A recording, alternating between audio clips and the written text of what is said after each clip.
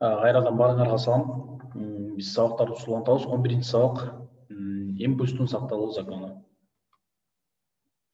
Импульс деген эмне? Бул физикалык кыймылды билдирүүчү же мүнөздөчү чоңдук.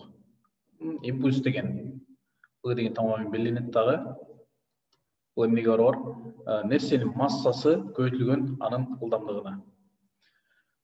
Эгерде бир нерсенин сырттан эч кандай күч таасир этпесе бир нерсеге, ал бир кандайдыр бир ылдамдыкка ээ боло турган болсо, сырттан эч кандай күч таасир этпесе, бунун эмнеси импульсу эч кандай өзгөрбөйт. Мисалы, бул жактан эч кандай күч жок болсо, дайыма бул болуп кете берет. Эгерде дагы бир бул жакта дагы М2 деген нерсеге барып кагылыша турган болсо, сыртына күч жок, ошон эки нерсенин импульсу биригип, мурунку нерсенин импульсуна барабар болуш керек. Значит, эмне экен? Эгерде сырттан эч кандай күч таасир этпесе, P барабар өзгөрбөйт, констант. Барабар өзгөрбөйт.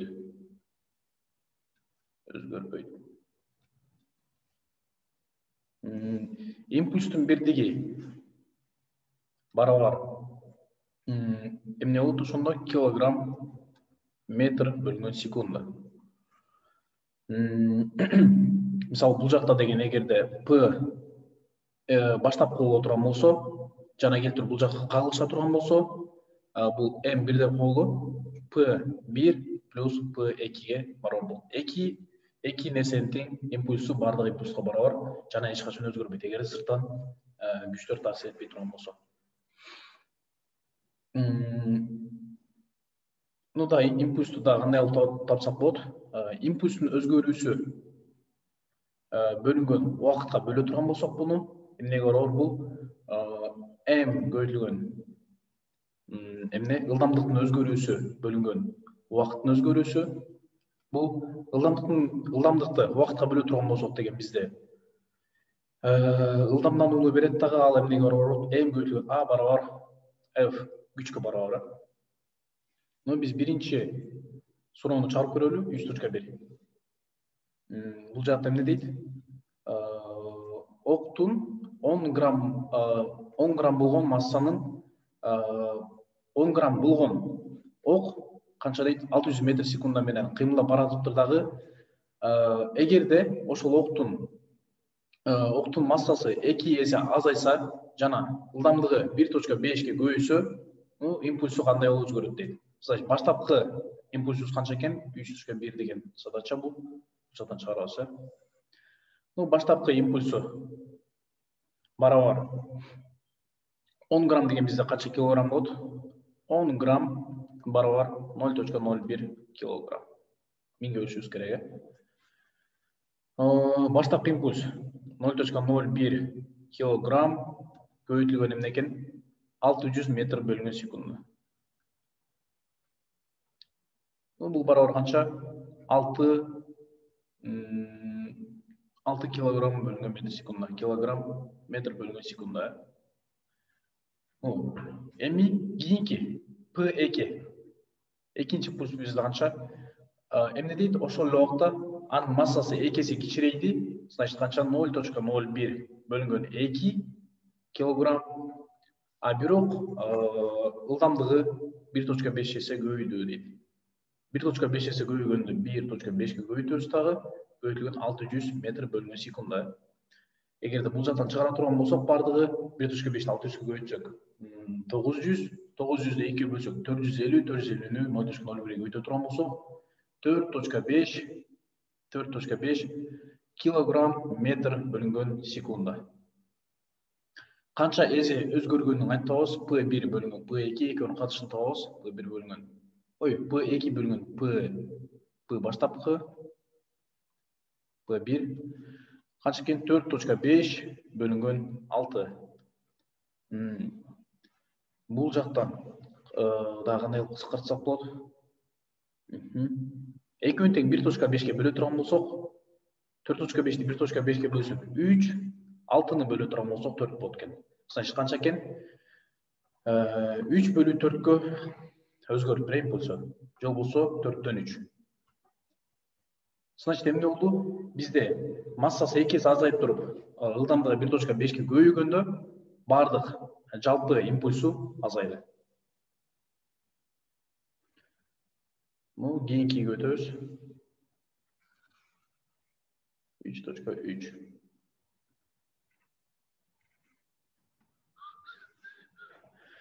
1 килограмм болгон масса эмне дейт? Ылдамдыгын түз жүрүп баратып, ылдамдыгын 1 метр секундадан 10 метр секундага көбөйттү дейт. Импульстун өзгөрүүсүн тапкыла дейт. Импульстун өзгөрүүсү канча? Дельта P бул импульстун өзгөрүүсү барабар P final акыркысы P акыркы 2 деп коелу минус P1. Баштапкысы. Биз биринчи P2'ni табыла турган болсок, P2 канча? P2 барабар. Массасы өзгөрбөйт. 1 килограмм эле. Масса көбөйтүлгөн V2, P1 канча? P1 барабар. Масса көбөйтүлгөн V1. Значит, кандай экен? Ордуларына кое турган болсок, импульстун өзгөрүүсү дельта P барабар P2. M көбөйтүлгөн V2 минус M көбөйтүлгөн V1. Дагы дельта P барабар M'дерди сыртка чыгара турган болсок, M V2 минус V1. Бул барабар 1 килограмм көбөйтүлгөн V2 бизде 10 минус 1 метр секунда. Бул барабар 1 көбөйтүлгөн 9 метр бөлгөн секунда барабар 9 килограмм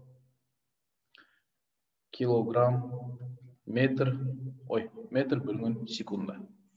Значит, импульстун өзгөрүүсү 9 килограмм метр бөлгөн секунда болот экен. Дагы кийинкини чыгарып беребиз. 3.4.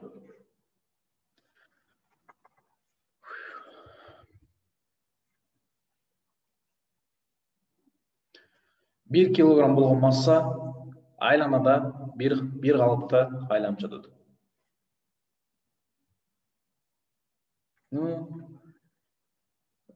Бизде айтып атат, ал айлананын чейрегин жана жарымын өткөндөгү импульсун тапкыла дейт.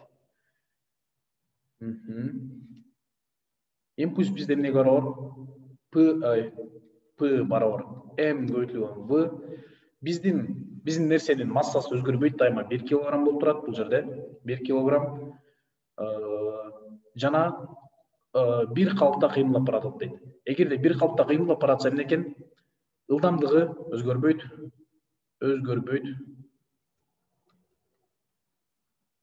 Эгерде массасы да өзгөрбөсө, жана ылдамдыгы да өзгөрбөсө эмне болуш керек? Значит, импульс дагы өзгөрбөш керек. Ал чейрегин өтөбү, жарымын өтөбү, же бардыгын өтөбү, же болбосо экинчи дагы өтөбү, баары бир импульсу өзгөрбөш керек. Значит, канча? Чейрегин өткөндө P барабар M көбөйтүлгөн V, бул барабар канча? 1 көбөйтүлгөн 2 метр бөлгөн секунда барабар канча? 2 килограмм метр бөлгөн секунда болот. Жарымын өткөндө да кайра эле ошол чейреги деп коелу. Бул жарымы. M көбөйтүлгөн V 1 килограмм көбөйтүлгөн 2 метр секунда барабар 2 килограмм метр бөлгөн секунда. Эгерде массасы дагы ылдамдыгы да өзгөрбөй турган болсо эмне экен? Импульс дагы өзгөрбөйт. 3.5 кийинки суроо. 2 килограмм болгон нерсе 1 метр бийиктиктен канча дейт? 8 метр секунда квадрат ылдамдануу менен жерге кулады. Импульстун өзгөрүүсүн, нерседеги импульстун өзгөрүүсүн тапкыла. Баштапкы ылдамдыгы 0. Значит, кандай экен? Бийиктик. Нерсе бул жерде турат. Бул канча экен? 0.2 килограмм. 0.2 килограмм бул 200 граммдык топ деп койсок болот, да? Баштапкы ылдамдыгы 0. жана ылдамдануусу барабар 8 метр бөлүнгөн секундга турат.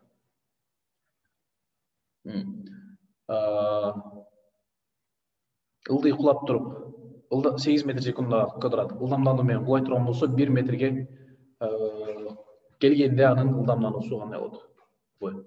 Биз эмне кылышыбыз керек? Импульсун табыш үчүн биз уже массасын билебиз. Массасын билгенден кийин импульсу табыш үчүн ылдамдыгын дагы билишибиз керек. Импульс барабар m көбөйтүлгөн v, массаны билебиз, бизге ылдамдык керек. Ылдамдыкты кантип табабыз? Бизде мындай формула бар.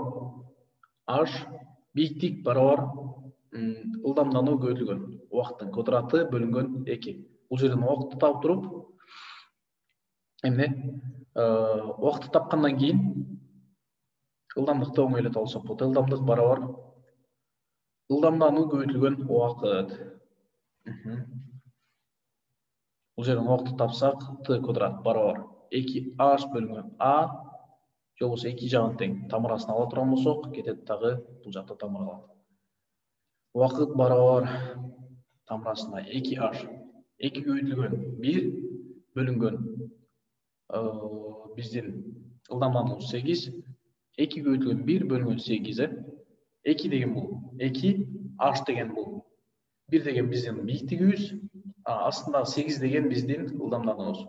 Бул барабар тамырасында 1 бөлүнгөн 2-ге кыскарта турган болсок, жок, 1 бөлүнгөн 4 болот дагы. Буну эгерде тамырдын астына чыгара турган болсок, 1 бөлүнгөн 2 болуп чыгат. 1 бөлүнгөн 2 секундда. Значит, жерге 1 бөлүнгөн 2 секундага жетет экен. Ылдамдыгын тапсак, v барабар a ылдамдануу 8 метр секундда квадрат көбөйтүлгөн убакыт 1 бөлүнгөн 2 секунд квадрат менен бул кетет дагы барабар канча экен? Ылдамдыгыбыз 4 метр бөлүнгөн секунд. Импульс барабар mv, масса бизде 0.2 килограмм көбөйтүлгөн 4 метр секундда. Биздин ылдамдыгыбыз 4 метр бөлүнгөн секундда. Барабар 0.2 менен 4-тү көбөйтө турган болсок, 0.8 эмне килограмм метр бөлүнгөн секундда. Биздин бул акыркы импульсубуз. Бизде баштапкы импульсубуз канча? Бизде деген өзгөрүүсүн тапкыла дейт. Биз өзгөрүүсү кандай болуш керек? Дельта p барабар p акыркы 2 минус p1. Бизде p1 эң башында ылдамдыгы 0 болгондугу үчүн кайсы сан болсо да 0 көбөйтсөк 0 чыгат. Ошон үчүн кайсы импульс өзү 0 болот баштапкысы, жана акыркысы 0.8 болот. p2 минус 0 барабар p2. p2 бул молго барабар, ал канча 0.8ге барабар.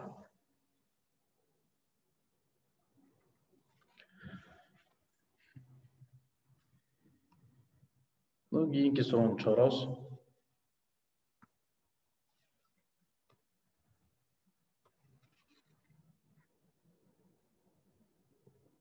Эмне? Пушканын массасы 800 килограмм. Пушка деген мындай ата турган нерсе экен. Пушкада кол бул жактан деген, ичинен деген ядрону ыргытат экен. Ядро бул 10 килограмм экен. 10 килограмм. Ядрону атат дагы ал 200 метр секундда деген ылдамдык менен чыгат экен. V барабар, V0 барабар 200 метр бөлүнгөн секундда. Бул бунун жерге карата несі бурчу 60 градус кен, 60 градус. Мондай чыгат кен. Пушканын аркага кеткен эмнеси дейт? Ылдамдыгын тапкыла. Бул бизде мондай болот. Эгерде катуу бир нерсени ар жакка ыргыта турган болсок, өзүбүздү аркага түртөт. Мисалы, мылтыкты ата турган болсок, бизди кайра аркага түртөт. Ошол аркага түртүлгөндөгү пушканын эмнеси дейт? Ылдамдыгын тапкыла. Биз кандай кылып табышыбыз керек? Бизге өйдүү жакка кетип аткандыгы үчүн 60 градус бул жакта. Мен да башканы түшүндүрүп коеюн. Эгерде бир нерсе болсо, m деген масса менен, мунун импульсу p деп коелу. Кийинки барып туруп m2 экинчи массага барып тие турган болсо, мындайдан барып туруп, тие турган болсо p1 бул жерде p1 дейбиз, p1 бул жакта p1 менен баратып туруп буга тие турган болсо экөө тең жылып калат. Экөө тең бир кандайдыр бир ылдамдыктар менен жүрүп башташат, кыймылдап башташат. Экөөнүн импульстары кандай болот? Бул p1 2 дейли, бул буга тийгенден кийинкиси, экинчи массага тийгенден кийинкиси, а p2 деген экинчи массанын кагылышкандан кийинки импульсу. Бул барабар баштапкы импульска барабар болот, анткени өзгөрбөйт да, башка жактан эч кандай күч таасир эткен жок. p1 2 плюс p2 болот. А эгерде бирок бул кайсы учурда бул барып туруп, эгерде масса тийип туруп, экөө тең бирдей багытта кайра x деген багытта кете турган болсо. Эгерде 2 масса кагылышып туруп, бир масса ылдый жака жана бир масса өйдө жака кете турган болсо, анда кандай кылып табышыбыз керек? Импульстардын уже компоненталарын ала баштайбыз. Вертикальный компоненталар жана горизонталдык. Вертикалдык y компонентасы жана x. Y дегенде бул жактан альфа жана бета деген бурчтарын таап алып туруп, кандай кылабыз? Бул p1 болсо, p1 2нин синус альфасына, вертикалдуусуна кайра бул экинчи массанын вертикалдуусу барабар болот. Горизонталдыкка p1 барабар бул жактагыдай эле болот да кайра. Значит, биз кандай кылышыбыз керек? Бул жакта дагы бир гана неме эмес, бир гана багытта эмес, эки багытта болот да. Анткени жерге жараша кандайдыр бир бурч менен кетип атат. Бурч менен кете турган болсо бизге кайсы багыты керек? Бул аркага кеткен ылдамдыгы бул x багытта дейбиз, горизонталдык багыттагысы. Мындайна. Бизге дагы бунун ылдамдыгынын горизонталдык багыты керек. Горизонталдыкты табыш үчүн бунун ылдамдыгын эмнеге көчүрүбүз керек? Косинус 60ка көйдөбүз. Vx барабар v0 көйтүлгөн косинус 60. Косинус 60 деген x багытын бере турган, же болбосо жакында компонентасын бере турган эмне бердик. Значит, x компонентасындагы импульс канча экен биздики? Px барабар Vx көйтүлгөн масса, бул масса эмне? Ядронун массасы, ядро. Бул жака канчалык эмне? Канчалык импульс менен кетсе, бул пушкадагы ар жака ошончолук импульс менен түргүзүш керек. Анткени эң башында экөө тең нолдо турган болчу, экөө тең кыймылдабай турган, экөөнүн тең импульсу 0 болчу дагы, эгерде кыймылдап баштагандан кийин бул жака p менен кетсе, бул жакта дагы экөөнү кошсок деген минус болуп экөө 0 болуш керек. Бул деген карама каршы багыт жака ошондой импульс менен кетиш керек, Значит, эмне болуш керек? Бул жака кеткен px барабар пушканын ар жака кеткен p деген импульсуна барабар болуш керек. Пушканын импульсу канча? M пушканыкы, же болбосо чоң M экен, чоң M көйтүлгөн U. Экөөнү барабар деп жазып алабыз бул жака. Чоң M көйтүлгөн U.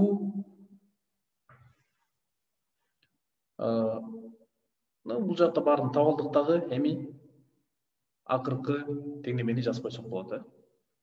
Значит, эмне экен? Vx көйтүлгөн M барабар U көйтүлгөн чоң M. Бизде Vx деген канча? Косинус 60 деген бизде 0.5 барабар. Бул таблицаларын көрүп алсаңар болот.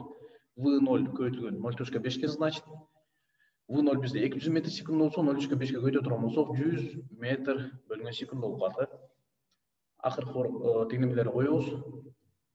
100 метр бөлүнгөн секунд көйтүлгөн массасы 10 килограмм барабар U көйтүлгөн 800 килограмм. Бизде U'ну табыш үчүн, ылдамдыгы пушканын ылдамдыгын табыш үчүн 100 көйтүлгөн 10 бөлүнгөн 800 дейбиз. Бул барабар канча? 1000 бөлүнгөн 800. 1000 800ге бөлө турган болсок, кандай болот?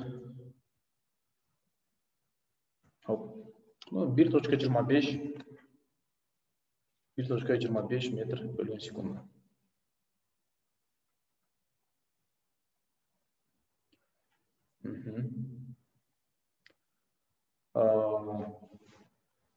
Сабаққа бөліп барыңыздарға рахмат.